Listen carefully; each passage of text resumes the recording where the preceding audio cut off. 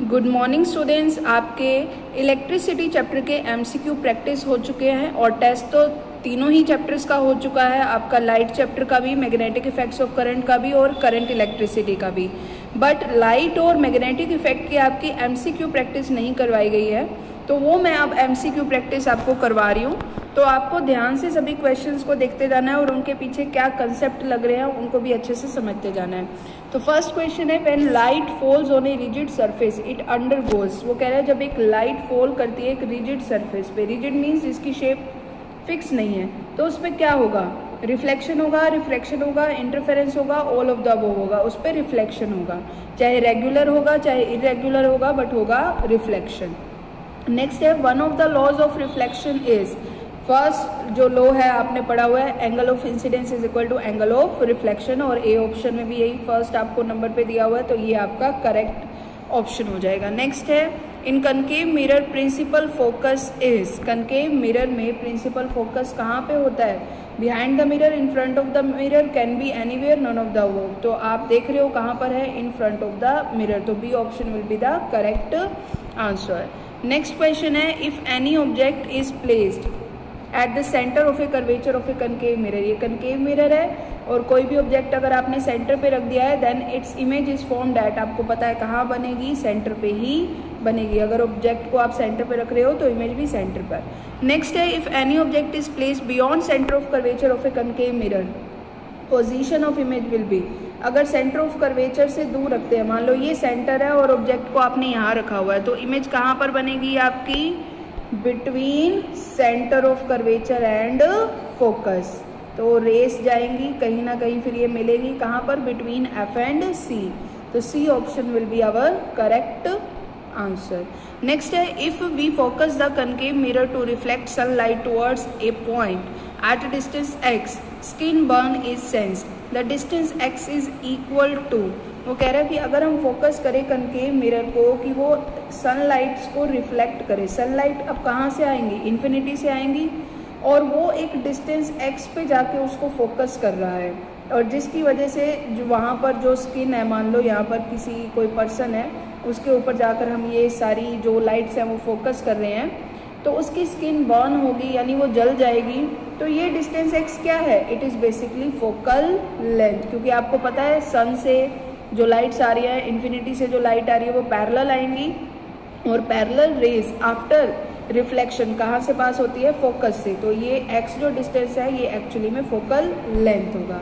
Next है, in a concave mirror, if a concave mirror is dipped in water then its focal length will be increases, decreases, remains the same, increases और decreases. तो अगर हम concave mirror को dip कर देते हैं water में, तो उससे उसकी फोकल लेंथ पे कोई इफेक्ट नहीं पड़ेगा, उसकी फोकल लेंथ फिर भी क्या रहेगी? सेम रहेगी। ओके स्टूडेंट्स, नेक्स्ट क्वेश्चन है आपके पास, condition when concave mirror form an image larger than the actual object. तो कनकेव मिरर कब लार्जर इमेज बनाएगा? तो आपको पता है ये एक ही केस में बनाएगा, जब ऑब्जेक्ट रखा हो पोल और फोकस के भी बीच में, तभी वो इमेज कहाँ बनाएगा? पीछे की तरफ, इस साइड, और कैसी इमेज बनाएगा? बड़ी इमेज बनाएगा। ठीक है, तो इसका आंसर क्या होगा हमारे पास? When an object is kept at rest, इसका आंसर होगा C, when object is placed between focus and centre of curvature. नहीं, focus and centre of curvature नहीं, focus and pole, focus and pole इसमें option नहीं है, तो सबसे best option हमारा यही होगा। नहीं, ये भी नहीं, इसका ऑप्शन बी सही बन रहा है। When object is kept eight a distance less than its focal length, focal length से भी कम डिस्टेंस, तो वही बात होगी पोल और फोकस के बीच में। तो कई बार हमें डायरेक्ट आंसर नहीं मिलता है, तो बेस्ट ऑप्शन हमें चूज करना पड़ता है, तो इसमें हमारा बेस्ट ऑप्शन यही रहेगा, B option will be our correct answer, जब हम ऑब्जेक्ट को फोकल लेंथ और पोल के भी कहाँ रखें? बीच में रखें। ओके, नेक्स्ट क्वेश्चन है, while doing experiments with candle to find focal length of a concave mirror, the candle is placed between focus and centre of curvature, at focus, beyond focus, pole and focus. तो इसका जो answer है वो रखेंगे हम focus and centre of curvature के बीच में, फोकस पे नहीं रखेंगे, नहीं तो इमेज इन्फिनिटी पे बनेगी। बियॉन्ड फोकस के लिए हम एग्जैक्ट नहीं बता सकते कि कहाँ बनेगी इमेज, कैसी बनेगी। पोल और फोकस के बीच में तो वर्चुअल इमेज बनेगी, तो हमारा बेस्ट ऑप्शन रहेगा 9th का ए पार्ट। नेक्स्ट क्वेश्चन है, a full length image of a distant tall building can definitely be seen by using a concave mirror, convex mirror, plane mirror, both concave as well as plane mirror. वो कह रहे हैं बहुत ही बड़ी building है लेकिन हम उसको एक मिरर में देखना चाहते हैं उसकी पूरी इमेज को, तो मतलब हमें बड़ी इमेज को छोटा देखना है, बनाना है, छोटा करना है, तो इसके लिए सबसे बेस्ट ऑप्शन कौन सा रहेगा अपना कन्वेक्स मिरर। कन्वेक्स मिरर का हम यूज़ करेंगे, तो B option will be our correct answer. Next question है, the centre of a sphere at which the spherical mirror forms a part is called. तो सेंटर जो होता है स्फीयर का जिसका वो पार्ट होता है क्या होता है, centre of curvature. Next question है, what is the value of theta in the following diagram. तो ये कुछ नहीं, यहाँ पर बस हर जगह रिफ्लेक्शन हो रहा है, ये दो प्लेन मिरर ऐसे रखे हुए हैं, यहाँ पर एक लाइट आई 30 डिग्री पे, तो कितने डिग्री पर रिफ्लेक्ट होगी, ये 30 डिग्री पर ही होगी। अगर ये एंगल 30 डिग्री है तो अल्टरनेट एंगल ये भी 30 डिग्री होगा। अगर ये एंगल 30 है तो टोटल एंगल तो नॉर्मल और ये सरफेस का कितना होना चाहिए 90, तो बचा हुआ सिर्फ ये एंगल कितने का हो गया 60, और जितने पर आती है रे उतने पर ही जाती है, मीन्स ये थीटा की वैल्यू भी आपके पास क्या हो जाएगी 60 डिग्री। समझ में आ गया आपको, ये एंगल थीटा, ये एंगल थीटा, तो 90 माइनस 30 यानी थीटा जो हमने माना था ये कितना हो गया 60 डिग्री। तो ये जितने एंगल पर इंसिडेंस हुई है उतने ही एंगल पर रिफ्लेक्ट, तो थीटा भी 60 डिग्री हो जाएगा। नेक्स्ट क्वेश्चन है, which of the following is used to make a periscope. Periscope एक डिवाइस होता है, आपने 7th 8th क्लास में भी पढ़ा होगा, जिसमें हम मल्टीपल इमेजेस देख सकते हैं। इसका हम यूज़ करते हैं इसमें प्लेन मिरर्स का, 3 प्लेन मिरर्स जो होते हैं वो ऐसे एंगल पर सेट कर देते हैं, एक ट्रायंगल टाइप शेप बना देते हैं मिरर्स की, ठीक है। नेक्स्ट क्वेश्चन है, if N object is place between focus and optical centre of A convex lens. Lens पर हम आ गए हैं, तो कहाँ पर रखा हुआ है ऑब्जेक्ट को, फोकस एंड ऑप्टिकल सेंटर के बीच में ऑब्जेक्ट को रखा हुआ है। द इमेज फॉर्म्ड इज, तो आपको पता है जब इतनी पास इमेज आ जाती है तो वो वर्चुअल बनती है, virtual and erect. D option will be the correct answer. Convex lens concave mirror से मिलता जुलता है। नेक्स्ट है, focal length of A convex lens is this and what is the power of lens. Power होती है reciprocal of focal length, लेकिन ऐसा unit में कन्वर्ट करना है, 100 सेंटीमीटर को मीटर में करेंगे तो 100 से ही डिवाइड यानी 1 मीटर, तो 1/1, तो 1 dioptre will be our correct answer. Next है, if magnification is negative then image is. Magnification negative मतलब अगर ऑब्जेक्ट ऊपर है तो इमेज नीचे, है ना, अपोजिट होंगी एक दूसरे के। तो इस केस में मतलब अगर ऑब्जेक्ट ऊपर है इमेज नीचे, मतलब वो हमेशा कैसी बन रही होगी, रियल बन रही होगी। तो इसका आंसर 16 का आपका क्या हो जाएगा, A, that means real. Next question है, which of the following lenses would you prefer to use while reading small letters found in a dictionary. तो स्मॉल लेटर्स को रीड करने के लिए, मीन्स आप चाहते हो अच्छे से रीड करना है, तो स्मॉल को आपको थोड़ा सा लेटर को मैग्नीफाई करना पड़ेगा, और मैग्नीफाई करने के लिए हम किसका यूज़ करेंगे, आपको कन्वेक्स लेंस का। तो हमारे पास ये जो बी और डी है ये तो पहले से ही चले गए, कनकेव तो हमेशा छोटी इमेज बनाता है, बचा कन्वेक्स लेंस। तो कन्वेक्स लेंस में से कौन से वाले की फोकल लेंथ को यूज़ करेंगे, 50 वाले की या 5 सेंटीमीटर वाले की। अब आप देख रहे हो इसकी फोकल लेंथ 50 है, तो इसकी पावर कितनी हो जाएगी, बहुत कम, और इसकी फोकल लेंथ बहुत कम, तो पावर क्या होगी, ज़्यादा। आपने पढ़ा हुआ है, कोई अगर रेस को बहुत दूर जाकर प्रिंसिपल फोकस पे मिला रहा है तो इसका मतलब उसका फोकस ज़्यादा है यानी पावर कम है। तो सबसे जो आपके लिए बेस्ट ऑप्शन रहेगा वो रहेगा a convex lens of focal length, C, एक convex lens of focal length 5 centimetre. इसकी फोकल लेंथ कम है, मतलब इसकी पावर क्या होगी, ज़्यादा होगी। नेक्स्ट क्वेश्चन है, विच mirror has a large field of view. मतलब कौन सा मिरर जो है उससे हम ज़्यादा मतलब फील्ड व्यू ले सकते हैं, ज़्यादा उसको कवर कर सकते हैं, that is convex mirror. Convex mirror आपको पता है बहुत ही बड़े इमेज को भी छोटा बना के मतलब दिखा सकता है। इतना बड़ा ट्रक जो आपके पीछे आ रहा है रियर व्यू मिरर में, आप उसकी छोटी सी इमेज देख सकते हो। एक डिस्टेंट टॉल बिल्डिंग की भी आप एक छोटी सी इमेज देख सकते हो, मीन्स वो आपको बहुत सारा एरिया कवर करके उसकी एक इमेज दे देता है, छोटी सी देता है, चाहे जैसी भी देता है दे देता है। What is meant by the number of lens. Number of lens का क्या मतलब है, focal length, power, radius of curvature या पोल। तो यहाँ पर नंबर ऑफ लेंस का मतलब है कि उसकी पावर की, जैसे आप कई बार जाते हो आपको स्पेक्स लग गया तो वो क्या कहता है, आपका नंबर इतना बन गया, मतलब आपकी पावर इतनी हो गई है, ठीक है। नेक्स्ट है position of the object when convex lens forms a virtual and direct image when object is situated between. तो आपको कन्वेक्स लेंस का यूज़ करके वर्चुअल एंड डायरेक्ट इमेज बनानी है। तो कन्वेक्स लेंस तो एक ही केस में वर्चुअल इमेज बनाता है जब ऑब्जेक्ट को प्रिंसिपल फोकस और ऑप्टिकल सेंटर के बीच में रखा हो। तो इसका कौन सा ऑप्शन सही रहेगा, व्हेन ऑब्जेक्ट इज, हाँ तो A option will be the correct answer, when object is situated between optical centre and principal focus of the lens. तो यहाँ पर अब हमारे इस चैप्टर के तो है MCQ कंप्लीट होते हैं। अब हम आते हैं मैग्नेटिक फील्ड वाले पर।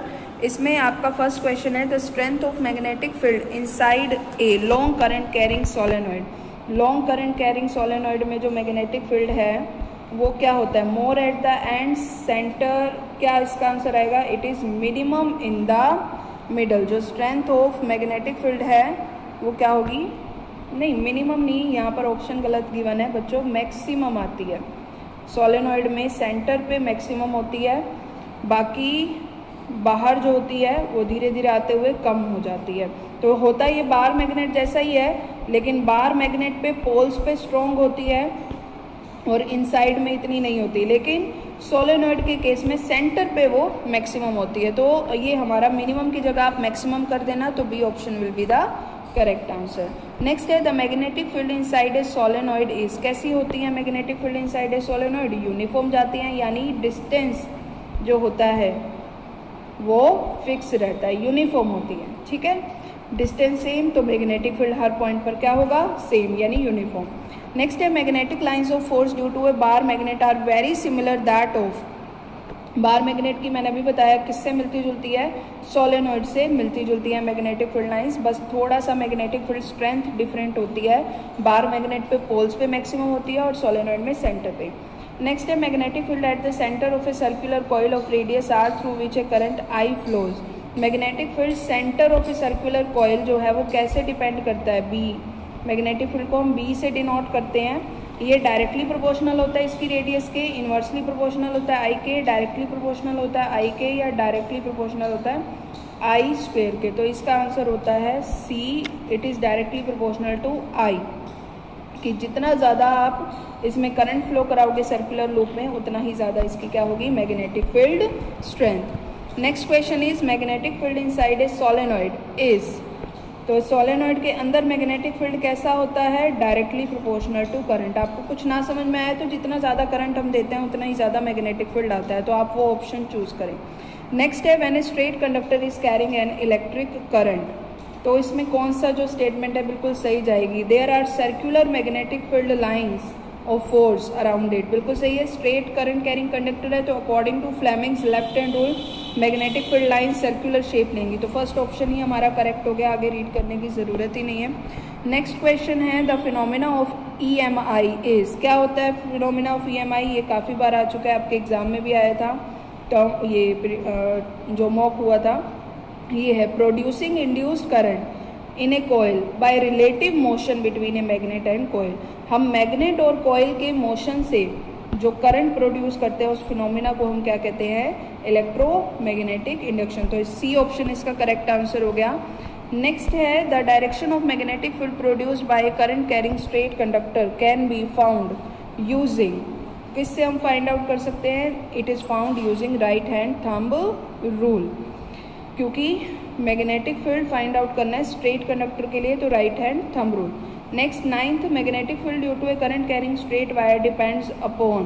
तो इसका आंसर क्या होगा, करंट ओनली या डिस्टेंस, डिपेंड तो दोनों पे ही करता है कि कितना डिस्टेंस है और कितना करंट, तो A and C both. Next है magnetic field around a current carrying wire has.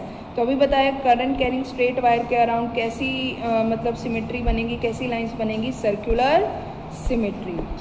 अब इसके बाद बस हमारे ये लास्ट 4 क्वेश्चंस रह गए हैं। The direction of the force on a current carrying wire placed in magnetic field depends upon, कि डायरेक्शन ऑफ फोर्स किस पे डिपेंड करती है, the direction of current as well as the field. ये भी आपका आया था मॉक में।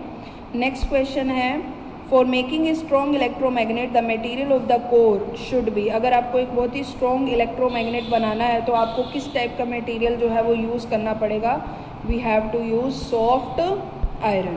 नेक्स्ट है a soft iron bar is introduced inside a current carrying solenoid, the magnetic field inside the solenoid will become. तो कैसा हो जाएगा अगर हम एक सॉफ्ट आयरन बार को इंट्रोड्यूस करते हैं तो उसका मैग्नेटिक फील्ड और भी ज़्यादा पहले से इंक्रीज हो जाएगा। नेक्स्ट लास्ट क्वेश्चन है when a magnet is thrust into a coil of wire the coil tends to. तो अगर आप एक कॉइल के अंदर एक वायर है जिसकी आपने एक कॉइल बनाई हुई है और उसके अंदर अगर आप मैग्नेट डालते हो तो वो क्या करेगा, attract the magnet as it enters and repel the magnet as it enters and both of these. तो इसका आंसर होगा बोथ। जब वो उसके पास आ रहा होगा तब वो उसको रिपेल करेगा और जब वो उसको दूर जा रहा होगा तो वो उसको अट्रैक्ट करेगा, मीन्स हर हाल में वो उसे अपोज करेगा। आपने EMI में यही पढ़ा हुआ है। सो ओके स्टूडेंट्स, मैंने दोनों चैप्टर आपको रिवाइज करा दिए हैं, तो आपको टर्म 1 के लिए तीनों चैप्टर अच्छे से प्रैक्टिस करनी है।